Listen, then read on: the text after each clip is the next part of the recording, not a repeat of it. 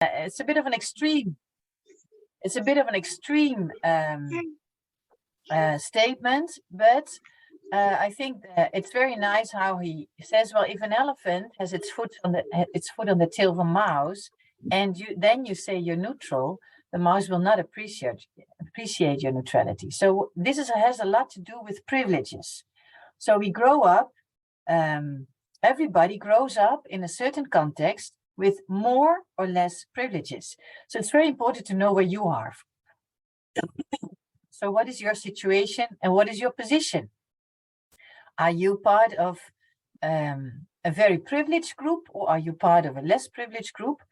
Because this also defines what you can do, right?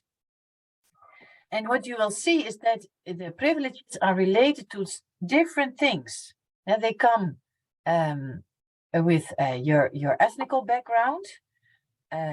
So what is the main group in the country or in the area where you live?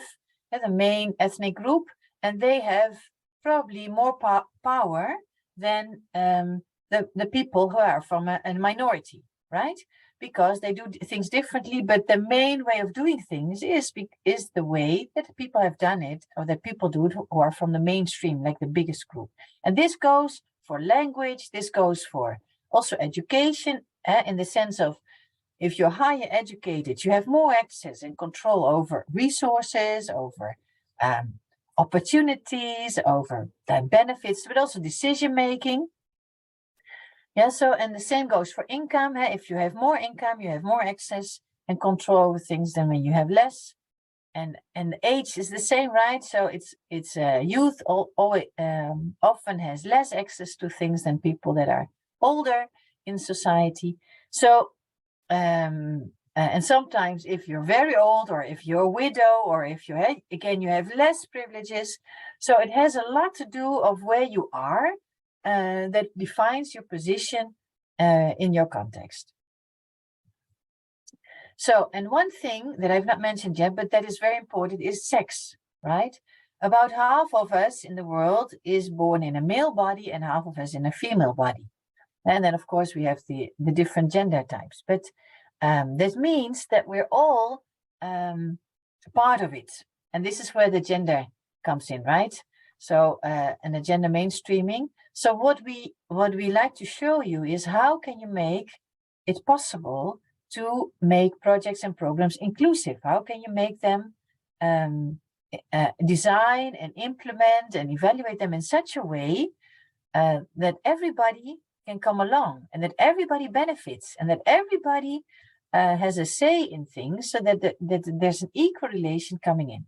Now, let us see then what this means.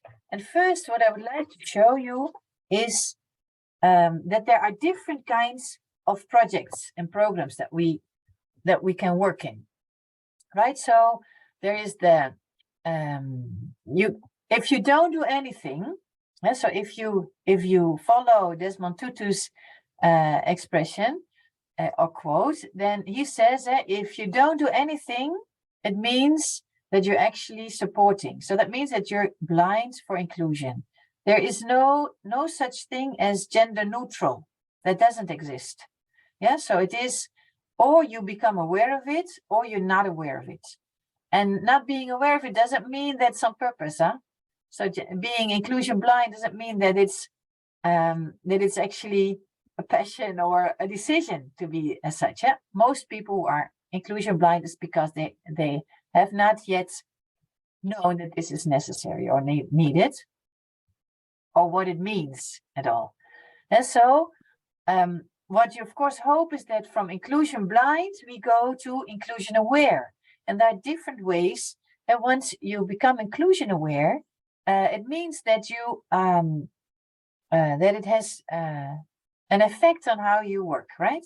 So there are projects that are exploitative. So what kind of projects and programs are these?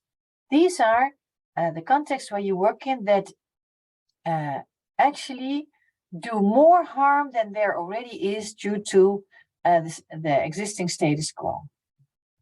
And it has to do with these power relations, right? So that who takes the decision who has access to certain services, resources, education, money, etc., right? Opportunities.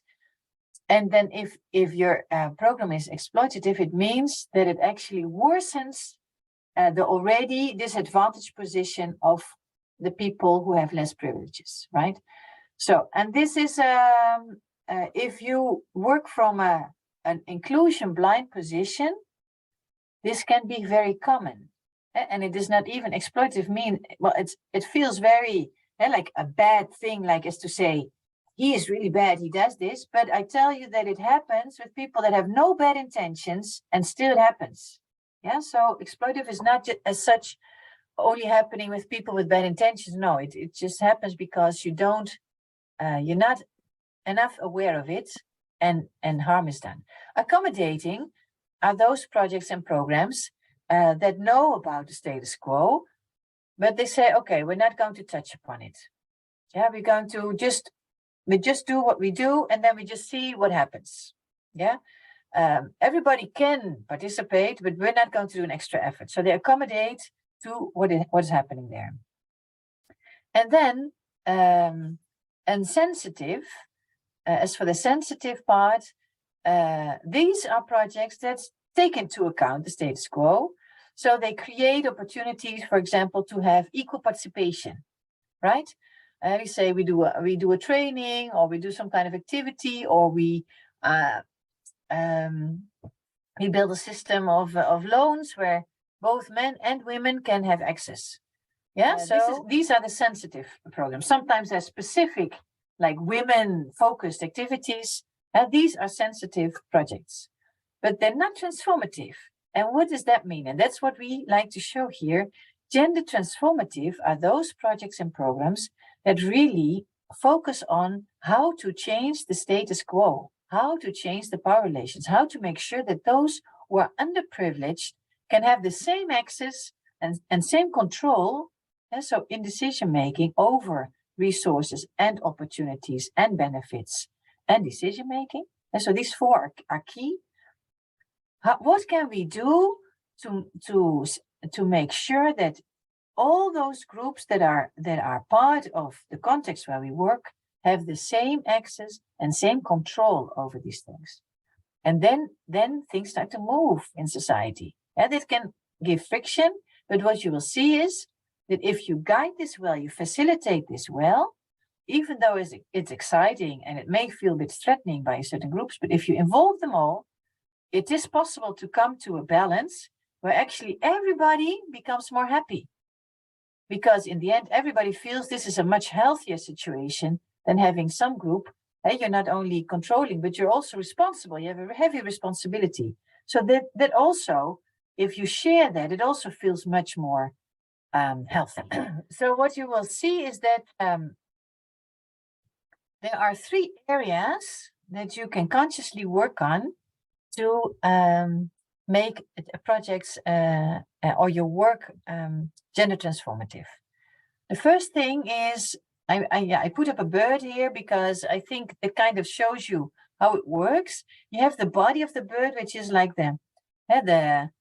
that's where all the energy and all the drive comes from, all the thinking, everything. And this is where we need to develop personal awareness. We need to kind of put on lenses or glasses and see the whole issue around privileges.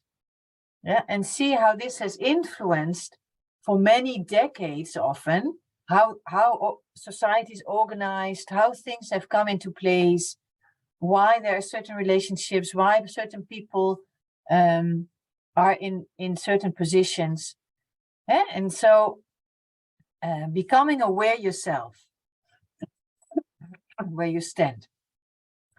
And then from this body, there are 2 wings, right? So 2 very useful things is first to have tools, right? So this is what you see. Many organizations start to work with inclusive management tools, right? So you have the project cycle. I think many of you will know the project cycle, and you will see that there are different tools that you can use at different stages. Yeah. And that's very useful. So once you start using a tool, you start to discover, of course, also a lot, and your awareness goes up too, right? So you keep on developing your lens, or maybe you start developing your lens. That's also possible. And there are things that are there's some tools like the monitoring element and the budgeting element. These are like hardware tools where you can start really learn and start to become aware of what's happening. And on the other side, the other wing, that is the organizational setup. That's about walking the talk. So the best results you will get if you start applying gender transformative change or gender transformative perspective in your own organization. Yes, this of course is quite challenging, and we've had many discussions with organizations that are happy to work with gender mainstreaming, but less happy on applying it themselves because then it involves you too, because gender involves everybody. Nobody is excluded from this discussion, this thinking, this reflection, because we're all part, and that's the thing with sex, we're all part of it, either, both ways. You've seen that, you will see that if you become aware of your privileges, your personal awareness, those who have privileges can open doors for others to access too. And you need to do this, because if not, people won't be able to come at the place where you are. And if you're underprivileged, you need to find someone who can open the door for you. But at the same time, you need to kind of have the courage to go over the threshold where you normally stay out. Yeah, this is also, this can ask a lot of courage of people to do so. Yeah, so there's also these two sides that you can, and within an organization, you can start to implement this. Because when you do, you can see that also your projects, it becomes easier. And it creates credibility and often even legitimacy to talk about it, if you first start doing it yourself. Yeah, so let me show you how this applies in the reality of an organization working in the development sector. So what you see is that in this big circle, the light blue circle, that is your organization, right? You see, we've put there are 6 elements in it, 6, and these are elements. So this is a model that MDF created based on several other theories. And so the one in the middle about organization is about organizational development, right? Sorry.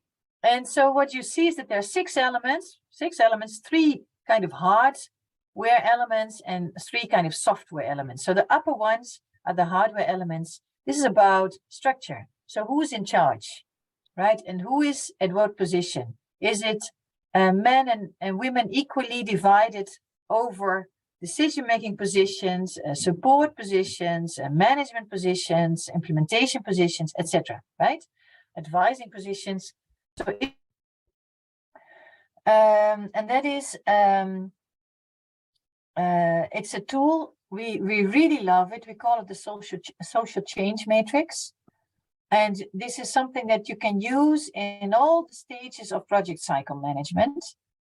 It comes from Ken Wilber's at the very beginning. It was later also used by Gender at Work, and so we also have been using it and making it a bit our own.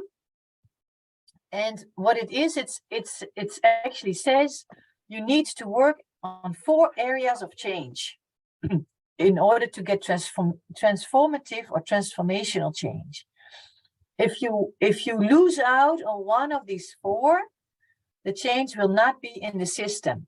So because changing status quo and changing power relations means you need to change the system. Status quo is system, right?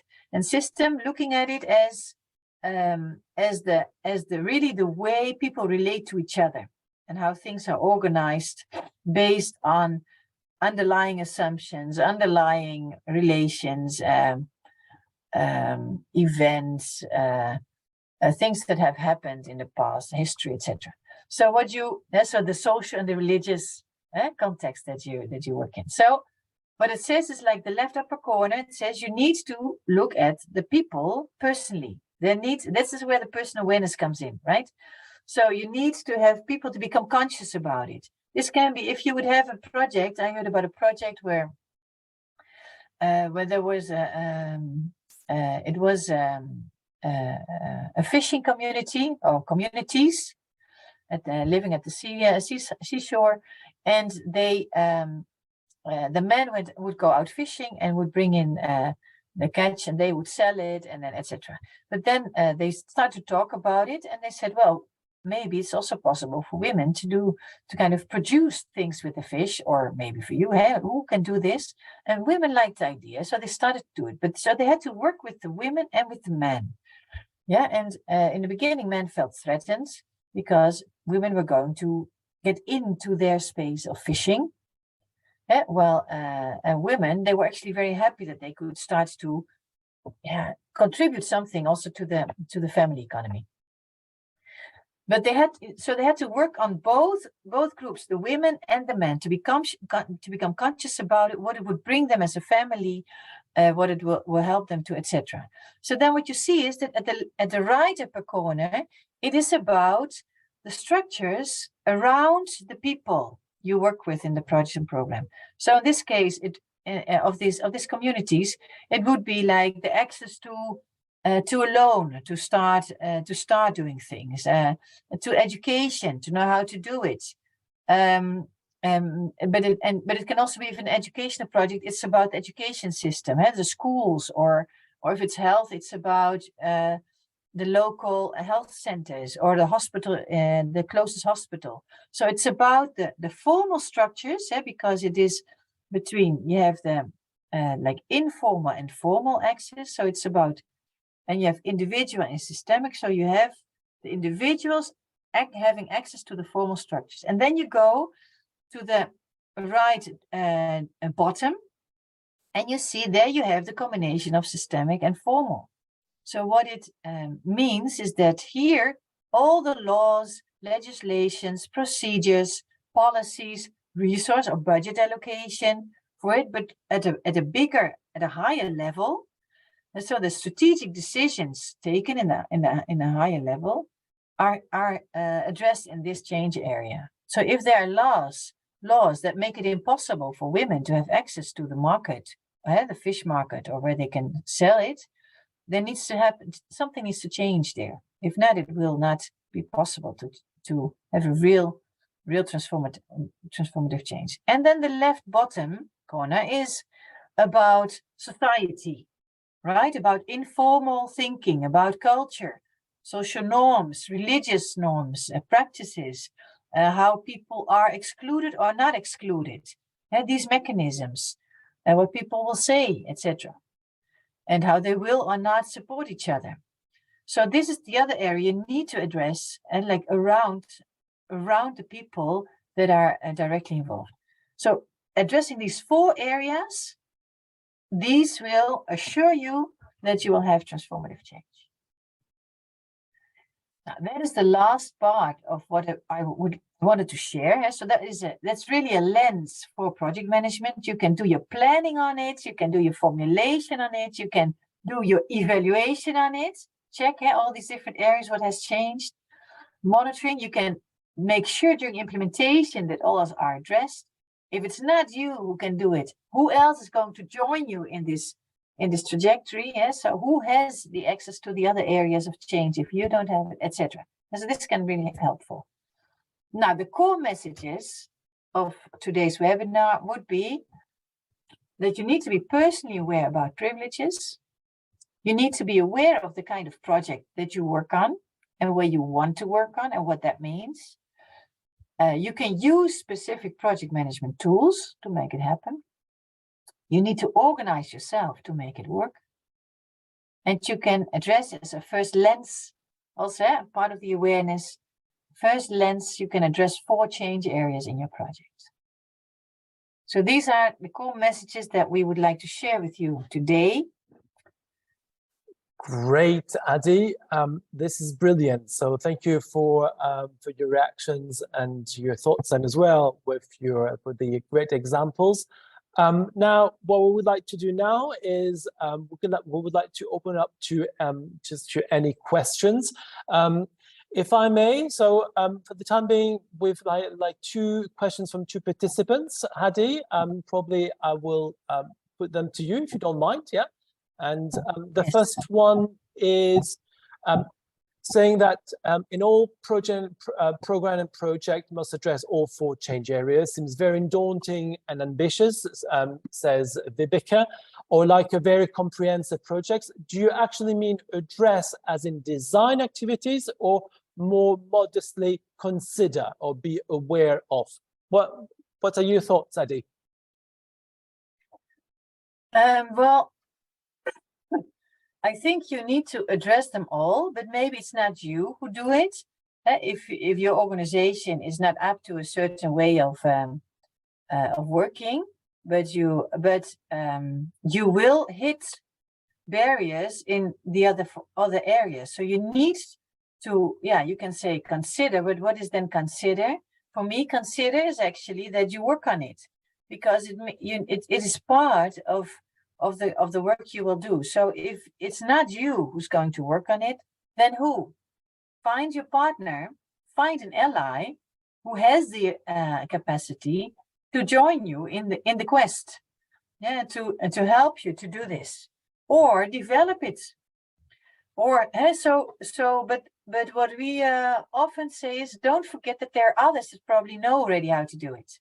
And so you don't need to do it all yourself, but you need to be very aware of it and make sure something happens on these sides. Yeah. So, or you say, we know this, but we'll come to this later. If we start here and we do this later, fine. But you know that this is going to be part of the programming that you do. Great. Thank you, Hadi. There has been 2 other questions as well. That we have one from Teresa, who's asking, where can we find more information about this methodology, gender transformative change in project management? I know that Gendered Work works with it, but they don't have much information about the methodology available. So what are your tips on this, Hadi? Yeah, well, this is, what can I say, Of course, I would love to say, please come to the course. Here we go, absolutely. Because we give you everything we know. Absolutely, indeed. Indeed. So we have a course that is on this, because we know that there are courses that give you things, or that, but we designed a course that actually addresses all 3 areas of influence, so personal awareness and organizational setup and the tools. So that's where we try to help people. There are also other organizations that have done a lot on gender, like Care International, for example. So go Google them. You will find there also gender marker. You will find there are different elements that you can use to analyze your projects and programs. So if you Google, you already can find quite some stuff. But if you really want to know how it works, then it is nice to experience it once yourself, to really reflect upon it. And so far, I don't know, for next year, it's not certain, but so far we have had scholarships on the gender course. So people were able to apply. So just keep that in the back of your mind, and be attentive to it in September. But the funding from the Dutch government is finishing on it. So not sure if it's going to continue, but yeah. So thank you, and thank you for this clarification, Adi. And we have another 3 questions, and then with this, we're gonna probably slowly and nicely close. Before those, Roger is asking, what tools would you what tools would you, based on your experience with organizations, recommend to implement a transformative approach in a program? Hadi, so yeah, in a program. So I would say use the social change matrix from the very start, if possible. Include it in your monitoring system. Focus on gender sensitive indicators. This starts to move a lot of people to do something on it, because you need to report on it. So once you have that in your system, it starts to people are obliged to do something with it. And check your budget also. Your budget and your indicators are the hardware that make people move. also if they don't know how, they start at least to look for how. And then, yeah, a very powerful tool is also the gender analysis, but I know that for some people that is they find that very difficult, but you need to analyze what is your culture, your religion, your religious context that define how men and women relate to each other, and what areas, what contexts, what are the power relations between the different groups in the different contexts. So that really helps to understand what you want to do. So if you're going to do an irrigation project, an agricultural irrigation project, so how are relations, how is it seen? Who does normally what kind of work? Who takes the decision of what kind of area? If you then want to give equal access, what does that mean? How will it shift? Which shifts will it ask for in society? And also what good will it bring? Because there may be female-headed households will have access for the first time, or widows may have access for the first time if you start to open up. To really be conscious about it. So I've seen these projects, and it is really impressive what happens if you do. But you have to first understand the context. So what are the expectations? What is automatically going to happen if you do something? And then try to address them. Yeah. So thank you, Hadi, for this. There's actually 3 other questions, and well, what we'll do is we have time for one more. Excellent, great. Like Dr. Keffer is much more probably at the in a way strategic level, is asking, what is your comment on the use of policy that is transformative? I think we could write a PhD on this, Hadi, and one that requires all activities of an organization to adhere to transformative practices. What are your, in a way, couple thoughts on this, Adi? What's your comment? Let me see if I understand it well. What is your comment on the use of policy? That is transformative. Or one that requires all activities of an organization to adhere. I'm not sure if policy is meant here organizational policy. Or institutional in my view, probably if we look at the institutional policies, if we look at more, or in a way, organizational policies. Yeah. What I've noticed, because if you look at it organizational, I'm not at this very moment. I'm supporting an organization, an NGO, to make a policy, a gender and youth inclusion policy, a transformative change policy. And the policy helps people to think about it and to kind of commit to it. And so the policy helps you to kind of give you the way. What is it that we want to go for? And once you've committed to it, you will need activities to make it work. So you need both. So you need to be clear on where do you want to go to. So you need a policy and a goal, and you need activities to make it work. So I would say you would need both to make it work. Yeah. Right. Okay, but it helps. They kind of support each other. So thank you for your insight, Adi. Thank you very much. For the remaining 2 questions, do not hesitate in a way to address them to us, and we'll gladly in a way direct you and to provide you some answers to some of your queries. Before we actually close, we would like to show you in terms of where indeed you can find some of our tailor-made and as well some open entry courses where you will be more in a way encouraged to participate. You can see that the slide you will have, we have a course on gender mainstreaming development in English as well, in French for those of you who are in the French-speaking areas, and indeed all of the courses that we do offer do combine blended e-learning, in terms of the usage of, Moodle. There's a Moodle platform as well with, online interactions. And for some of the courses, indeed, there would be in a way face-to-face. So you're more than in a way cordially invited to look at our websites, to look at the next course. The next one on gender mainstreaming development, Hadi, I think it's in June. So I think you're more than that in a way, encouraged to apply if you're more interested. So May 22nd it starts, the online part starts, and in June is the physical part. It's 10 days. Yep. So that is a very powerful course. It is physical, it's face-to-face, so that's why it's more expensive. But people go really, really empowered. They go home. So it is this is a very special course. And then the other two are online. Yeah. So there's the French gender that is online, and maybe in autumn there will be also a gender course online. We have to see a bit how participation comes along. And then inclusive leadership also will be online. Excellent, great. And as well, just in a way to let you know that in terms of a pedagogical, in a way, approach is highly innovative and highly participatory.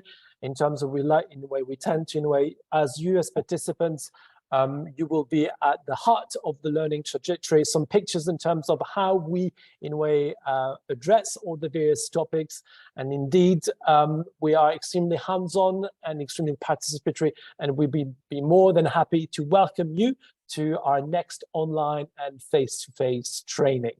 So do not hesitate to look at our social medias in terms of where we are. And we're active on LinkedIn and on Facebook, on TikTok as well, if I'm aware. And as well, thank you very much for your time. And it was a real pleasure to have you for this webinar. Adi, the floor is yours. Yes, well, thank you all for joining. Yeah. We've been with a group of 80 people, so that's really nice. And I hope it really serves you to start working on it. Yeah. And it would be great to have you someday with us in one of our courses that you can really dive into deeply and make sure you take this with you wherever you go.